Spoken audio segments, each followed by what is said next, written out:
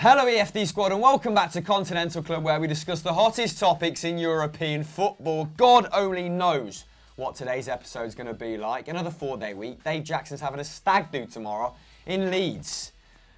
I'm going back to Leeds for the second time in 2 weeks. I'm going to Prism again. If you're an 18-year-old, eating another 18-year-old's face off in that club, in the club. Did you say Prism with Yep. an M Come or and let Prison It's with an no N. Let us know. Say hello. Okay. Prism Hello. SM. And Tiger. Good. I'm led to believe they took over Oceania. are. R.I.P. Rhymes with Jism. Mate, the All one in out Brighton. for Oceania. Anyhow, let's get straight into today's show. Actually, no, I want to ask you two how you are. I am so tired. My legs feel like gravity is 10 times stronger today because we did a shoot yesterday and we played football. So, but Positive still, vibes. loving it. Keep your eye out for the video. It's gonna be Gravity great. does act very strongly on you though, because Yeah, of your bigger. size. Bigger. Pure size. Yeti. Manstron, how are you? Yeah, I'm good. Looking forward I'm good. to Sunday vibes later after this. Oh, mate, couldn't be more pumped. What's your favourite shoot? My favourite shoot of the week. Ooh, Hot takes. hot Good takes, fun. definitely. Good fun. Hot takes, easy, done quickly. No No preparation. preparation. A little bit like today's episode. And the first question is from Kyle Webster. He's asked, which club has the biggest fall off in terms of status and quality? Could use a tweak, English-wise, but you know what he means. Pato, I suppose Arsenal would be a good place to start. Yeah. Especially as you can wax lyrical about Arsenal having done no preparation. Yeah, I think it's hard to look past Arsenal for this question, just because in the early 2000s they were probably, I'd say, one of the three biggest sides in the world. Barcelona were out in the wilderness, Ooh. Bayern were kind of up and down, and so it was Man United, Real Madrid in Europe, though not domestically, and Arsenal. And obviously since then, the flip side of this question is that a lot of these clubs have not so much declined as their space has been usurped by kind of new arrivals. So Chelsea, Man City, I'm sure we'll go into that in a bit. It just felt like Arsenal lost their place because they could no longer have that model of sustainably, signing new players, selling them on, and then bringing in new guys, having them till they're 29, selling them on again. They had to actually fork out kind of a lot of money. So I don't know. With Arsenal, they've gone from the expectation being that they challenge for the title every year to the expectation being that they're going to be competing for fourth spot in the Prem. And that is a huge fall off. Quality-wise, I'd say they're actually on the come up again. There was a period maybe 5 years ago when it was much, much worse than it is now, talent-wise. So I don't know. I think it's hard to see somebody as more disappointing than Arsenal.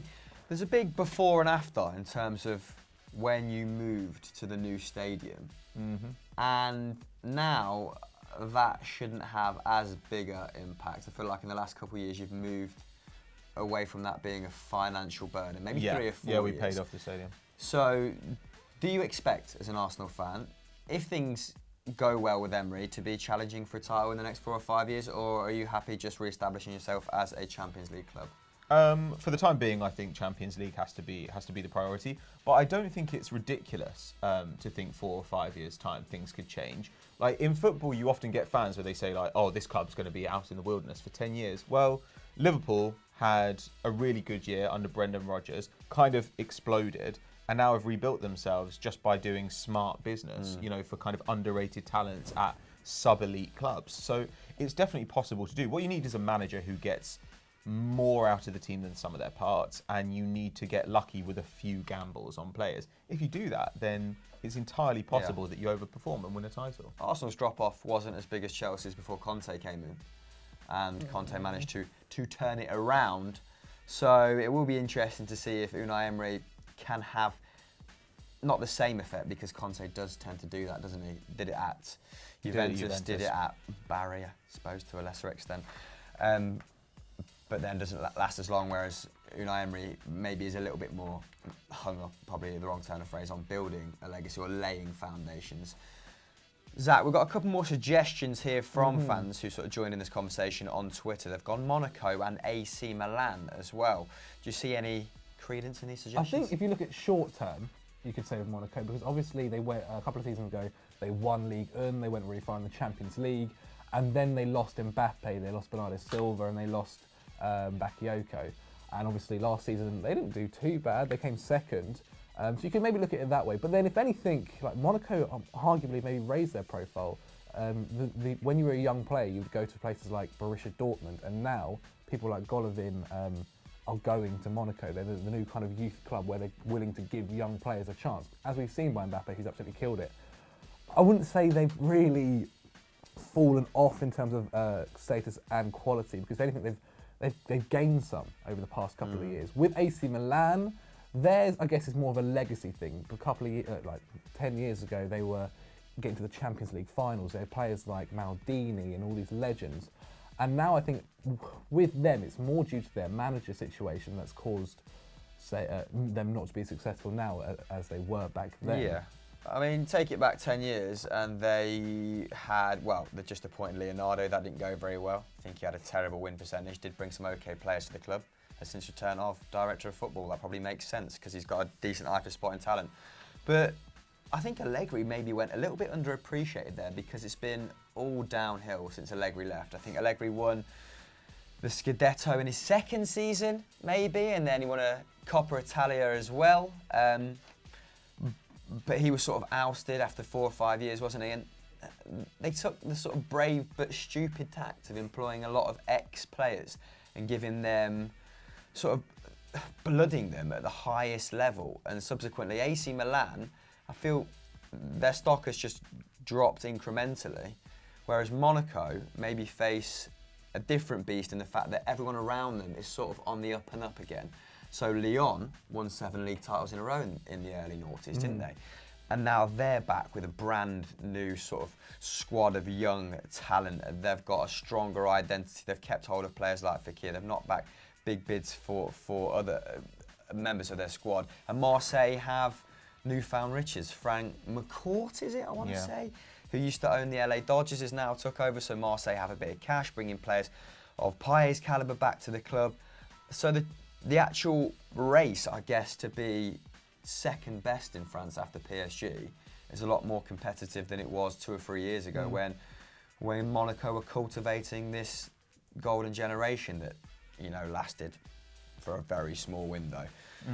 But the AC I think maybe are the most emphatic example for me. Yeah, Monaco are a better version of what they are than Milan or Arsenal. Who else? Seedorf, Inzaghi. Gattuso, Inzaghi. Oh, terrible. Sorry, what were you saying? I was just thinking about that long list of average managers. I just think that that's a thing that Monaco have a coherent strategy. It's just that because they're not getting to a Champions League final, people think that they've dropped off. Because they're not competing for the title against PSG, people think they've dropped off. Actually, what they've done is just change their expectations of what they want to be. And now they're a better version of Dortmund than Dortmund are. You know, they managed to sweep up all this young talent and they develop them. They sell them on at much bigger fees than, say, Marseille do. You know, they sold Anguissa this summer for 22.5 million. If that player had been at Monaco, then I think they probably would have got another 16, 20 out. Well, how much did they say Keita Balde-Diao for after a bang average season back to Inter Milan? I think they almost doubled their money on him.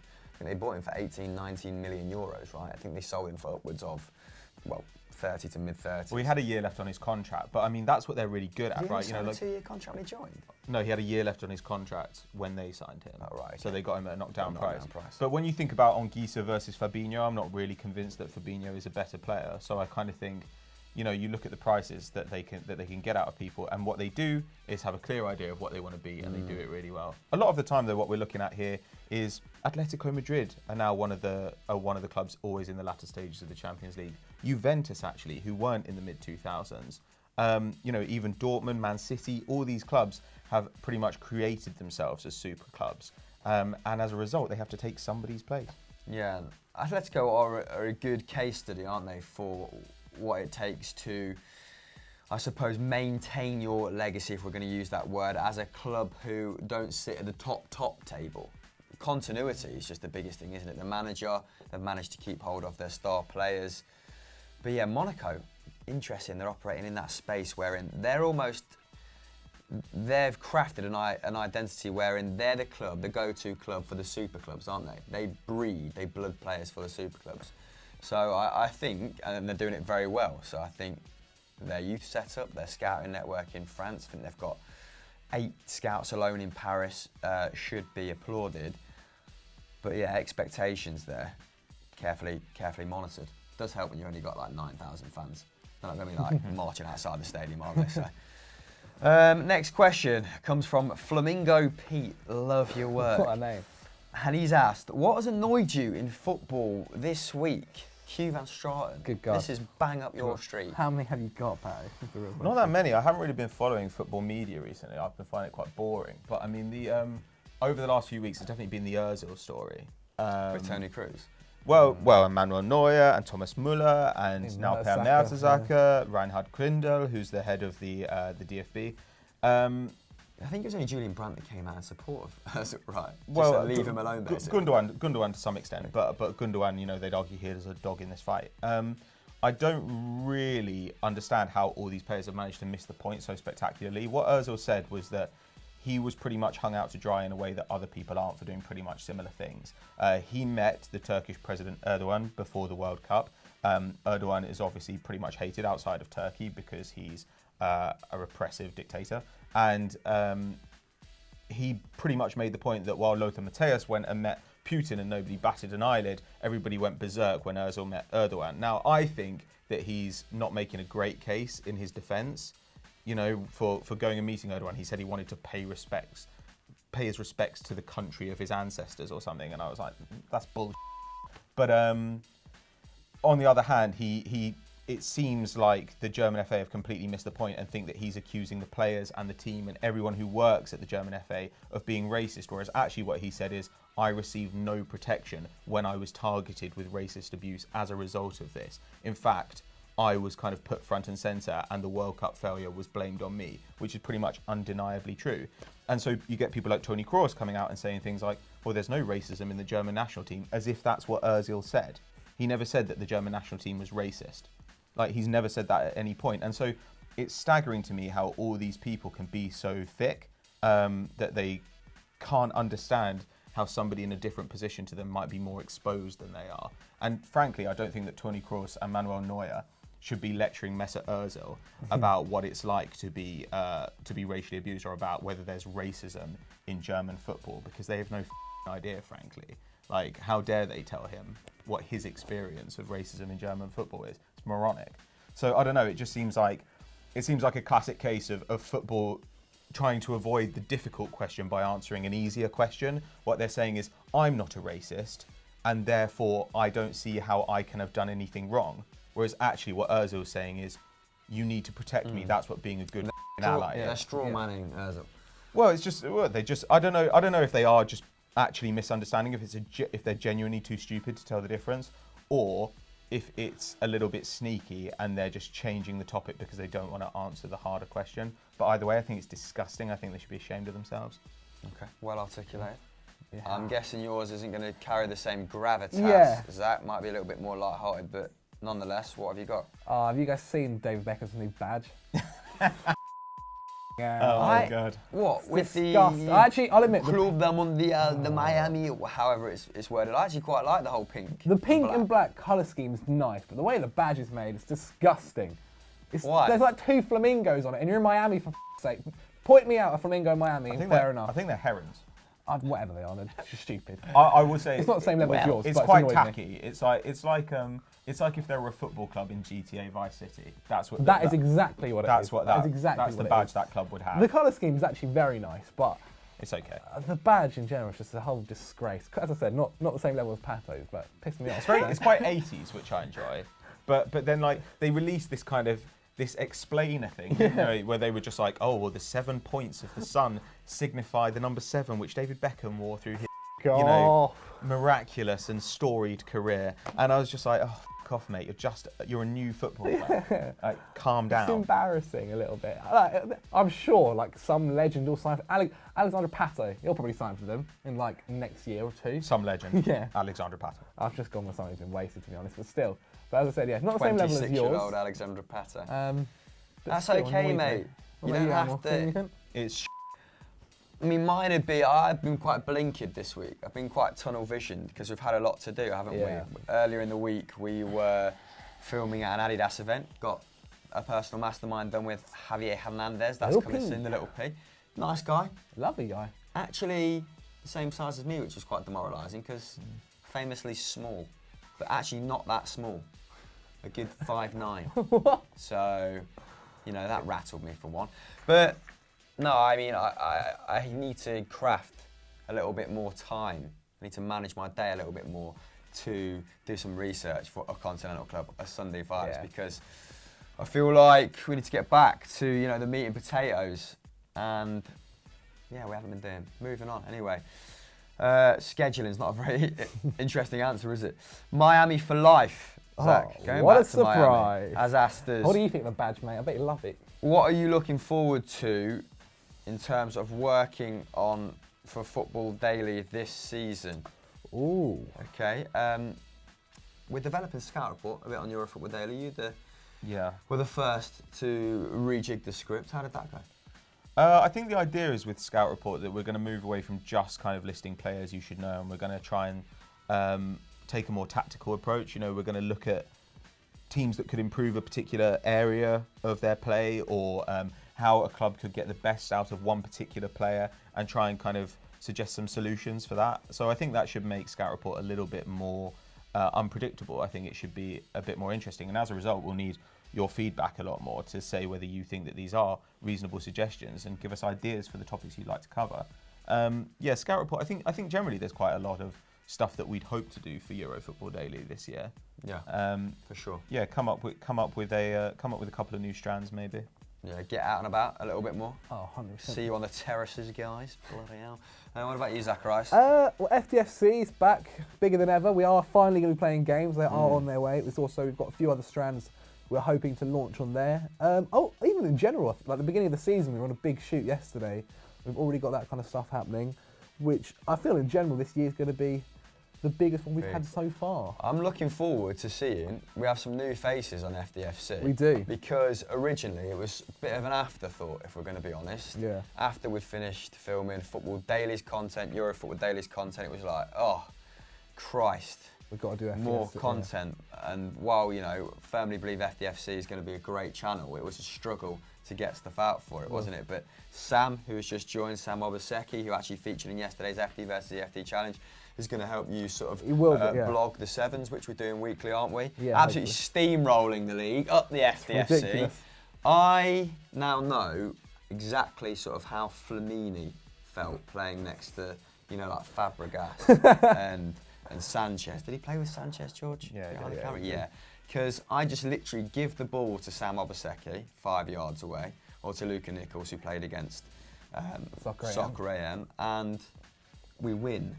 It's nice to be a passenger, mate, to be quite frank. What else are we doing? Football Daily, like I said, I think we're going to do a lot more vlogs. We're going to do a lot more FD Does, which obviously we went to Goa, we went to the Ivory Coast.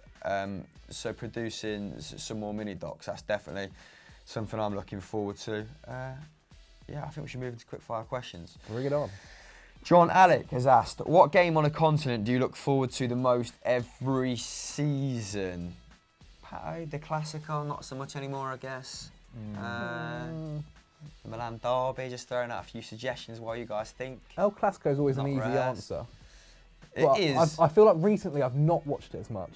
El Gran Derby. What's that? Is that Real Betis and Sevilla? El Gran. What's the River Plate derby? Something. What's that River Plate? The Super Classico. Super Classico. I'll be honest, I've only watched like one of them. Which one would you like to go to if given a free pair of tickets? The Super Classico, that'd be mad. Like, just from what you see from the fans. At the Bombonera? Oh, the stadium in general looks phenomenal. It's called the Chocolate Box, isn't it? It's designed, it's got two stands that just face each other, like square on, and then a tiny one in between. What about you? What? I don't know, man. If I could gift you 2 tickets, magic them up right now, where would you want to be whisked off to? God, right now, I think Juve Inter games will probably be pretty good this season. But I mean, in the past, I'd have said stuff like Bayer Leverkusen versus Dortmund. In the Klopp and Roger Schmidt days, like that was a really fucking fun game. And Wolfsburg in the days of De Bruyne as well. All those matches between kind of Champions League contenders in Germany were super fun. Now, I don't know. I'm a little bit underwhelmed by the games on offer. I think most of those leagues are foregone conclusions. Ooh, well, I'd just like to go to a really random one, a really random derby. What's the big derbies in the Chinese Super League? You never know. Could be a big one there. I would potentially go, let's answer this fairly quickly. I think Marseille PSG would be a great game, actually, because those two clubs hate one another. I kind of like that north-south divide. There's the whole kind of idea of, well, class involved there as well. And it always adds a little bit of, it always adds a little something, doesn't it, when it's got sort of societal reasons behind it, I guess. But Marseille has a very Algerian vibe to it as well, obviously. Yeah, it's it does. so sad, and I'll tell you what, I've been there. It really does, is what I'll say. the Velodrome in Marseille as well is great. It's a stunning piece of architecture. I went there to watch Poland versus Ukraine. And while that wasn't the greatest game at Euro 2016, it was a great stadium. Moving on. Next question, final quickfire question before we move on to personal questions, is from Joe Capello. And he's asked, if you could go back in time and have one incorrect refereeing decision given correctly, what would it be? It's a f***ing disgrace. Didier Drogba. Which one was that? Okay, right. Name as many as you want in that What game. accent was That was outrageous. That was that terrible. game. It was not. It was a terrible. I was accent thinking, there, but yeah, when was that watching so Scottish football? Yeah, true. There were so many. Like, you can just take your picks from that game. Chelsea, Barcelona. It was mental. Yeah, what was that at the bridge when It was Iniesta at the bridge. scored Yeah, that goal? yeah. It was like Chelsea had so like there were so many times that we could have been given a free kick or a penalty and stuff like this. And it was just like the ref. I'm not one for saying, oh, the ref's been paid Don't off say here. it But then. after that, I was like, Don't say it then. the ref's been paid off. Right, fair enough. Just take your bit for that. Reportedly. No. What do you think? I don't care. I don't care. No refereeing decisions have irked you, not for the Netherlands, not for Germany. Arsenal. Yeah, not sure. They, for- they annoy me all the time, but but at the same time, it's just like I don't care. It doesn't matter. None of this. All right, if you could go back, this might be more up your street. If you could go back and stop one great goal from being scored by just poleaxing a centre forward, Oh. what goal would it be and why? Oh. Champions League final. Yeah. Probably just like karate kick, like Giuliano Belletti in the face. But I don't know. Actually, you could do both. I could stop Jeff Hurst's third goal, which shouldn't have been given. Oh, no, no. actually, I think it was his second goal, wasn't it? That shouldn't have been given in the World Cup final in 1966 because it definitely didn't cross the line. And then England might never have won the World Cup, and it'd be great. We wouldn't have to hear them f***ing go on about 1966. It's embarrassing. Oh God. Pathetic country. Oh, I'd go back and I'd be on the back post for that Solskjaer or Sheringham flick on Oh, that'd be against Bayern. That would be great. I'd just f***ing clear it and I'd be like, there's your treble, stick that bloody hell. That would actually be great. Sick to death of hearing Joe That'd be talk about it. fantastic. Right, moving on to personal questions. This first one is from Matej Dudak. And he's asked, this is pretty cultured for this show. What is your favourite book? Ooh. This is a little bit like being asked, what is your favourite film? In that there's not, for me anyway, there's not one clear-cut answer. So, I'm strong. What book are you looking forward to taking a holiday? Or or what's a classic for you then? My favourite book is Lolita by Vladimir Nabokov. Like that's been my favourite Film book. adapted into a film by It was adapted twice. Once by Kubrick. Stanley, yeah. But it's I don't know. It's an incredible book. It's like amazingly written by a guy who was writing in his third language at that point. Like a Russian exile who went to Germany and then ended up in the United States teaching at Harvard. Really interesting, and the book is incredible. I would recommend it to everybody, but I read it first when I was about 13, and I'd say that book probably quadrupled my vocabulary. I just sat there with a dictionary next to me because there were so many words I didn't know. But I don't know, that makes it sound and dry, and it's not. It's incredible. And Experience, which is Martin Amos's memoir, that's really, really like harrowing and affecting. And The Picture of Dorian Gray was pretty formative for me as a young person. Like now I see the problems with it, but at the time I think it was an important book for me to have read when I read it. Okay, interesting. And I know you're not a massive fan of football-related books, but have you ever read one that's kind of defied expectation? Have you checked out any interesting characters within the sport? I've got a book on Bella Gutman somebody gave me, but I haven't started it. I'm just not that bothered. It's a bit of a busman's holiday. I tried to read Pep Confidential, but I found it quite dull quite quickly. And all the autobiographies I think are, well, firstly they're not autobiographies, they're biographies, ghostwritten, but I find them silly. I always find it always feels like everyone's just like tooting their own horn too much. If that makes sense. Tooting. Yeah. They're just footballers. Yeah, literally. I remember when I was younger, I read it in school, but How to Kill a Mockingbird, like kind of first got me into That's a good answer. Because I've always found with books, I find it hard. Well, once I've found a good book, I'll go through it very quickly. But it's hard for me to find a good book that I'll enjoy. Because you get FOMO. Reading a book's quite an individual experience. Yeah, I can imagine you reading a book and thinking, I wonder what everyone else is doing. No. Honestly, like if I find the right book, I'll read like 100 pages a day easily. Yeah. Yeah. So like if I'll get, Motor there's for the Nike book. I've forgotten the title of it. Shoe Dog. Yeah, by Shoe Phil Dog. Knight. I've enjoyed reading that. I'm still It's a reading great it currently. Especially if you've if you see yourself as a bit of an entrepreneur. I don't. That's but that's a I've great enjoyed book. reading it though. I'm only like 50 pages and something like that, but it's a good read. Yeah, narrative non-fiction is definitely really good. Like I think like John Ronson. John Ronson's always really readable and fun. There's a couple of characters, from within the game who, like going back to blowing your own horn. I know you just finished the Zlatan book. Yeah, but I think that's kind the of Zlatan apex as well. of blowing your own horn. But I've just finished Cruyff's My Turn, which I thoroughly enjoyed. There's always Pele's book was again blowing his own horn. He kind of likes to build his own mythology, doesn't he, and add to it whether or not it is correct. A lot of critics have disputed. But outside of that, so there's some classics like 1984. I mean I remember that being quite, as you phrased it, formative and it being quite a challenging read, I suppose, sort of in your teens, but a worthwhile one. Started some Hunter S. Thompson stuff, which I'm really enjoying, the Rum Diaries, stuff like that. But I think good answers from you guys. We'll move on. Steve, I'm looking for a suit. Okay, Steve. Where is the best place to buy one? Coming from three blokes who rarely wear suits and come to work. I've bought one suit in my life. Have a guess where I got it from, Pat. Next. Oh, of course. Really? Yeah. Really? I didn't even buy it. I think my mum bought it. Something like that. I'm not. I'll be honest. I don't really wear suits, but when I do, I look good. I really do. Honestly, I should wear them. You more. are tall, and generally suits do look good on tall people. Thank you. You know, before Jalab opens his mouth and reveals himself as a big softie, he's actually quite a looming figure. Yeah, Like, I've said this. I don't know what video I said it. He's got a little open but it is baby no. face though. If people do not know he's me, got a bit of hair on. people do not know me, and I came up to them like dark street, they'd be worried. You'd think if I saw him in a scarlet suit, I think He's he's a trafficker, you think he's in the mafia? and I'd be like, I'm going to give this guy a wide berth. Yeah. The Algerian. I'm you'd a have lot to, 'cause taller he is- than people. I he don't is think sometimes wide. the video. If anything, the videos might make me look too big, but I am El Gammon, a figure.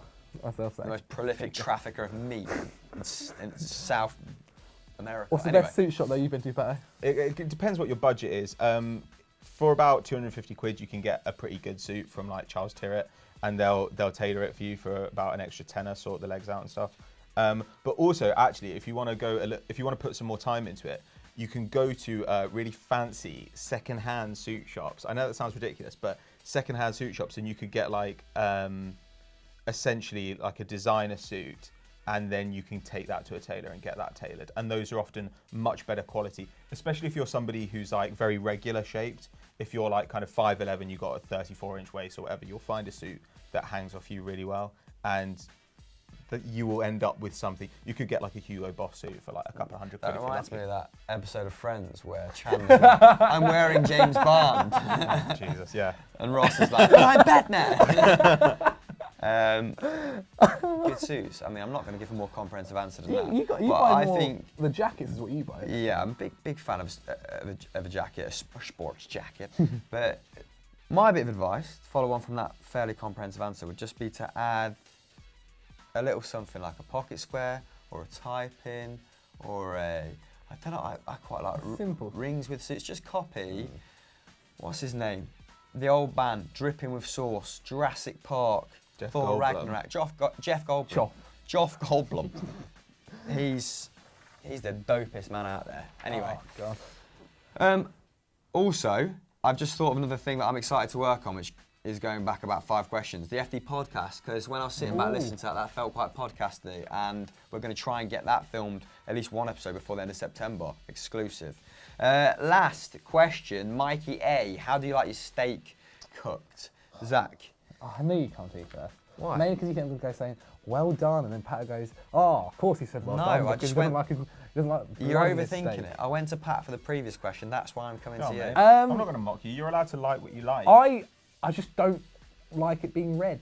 I get Yeah. that. That makes sense. That's It's fair just enough. bloody. I've also never really gone to a proper steak restaurant where someone's gone, you have to get medium, otherwise you're killing the meat or something like that. Basically, I'm a simple man full of simple pleasures.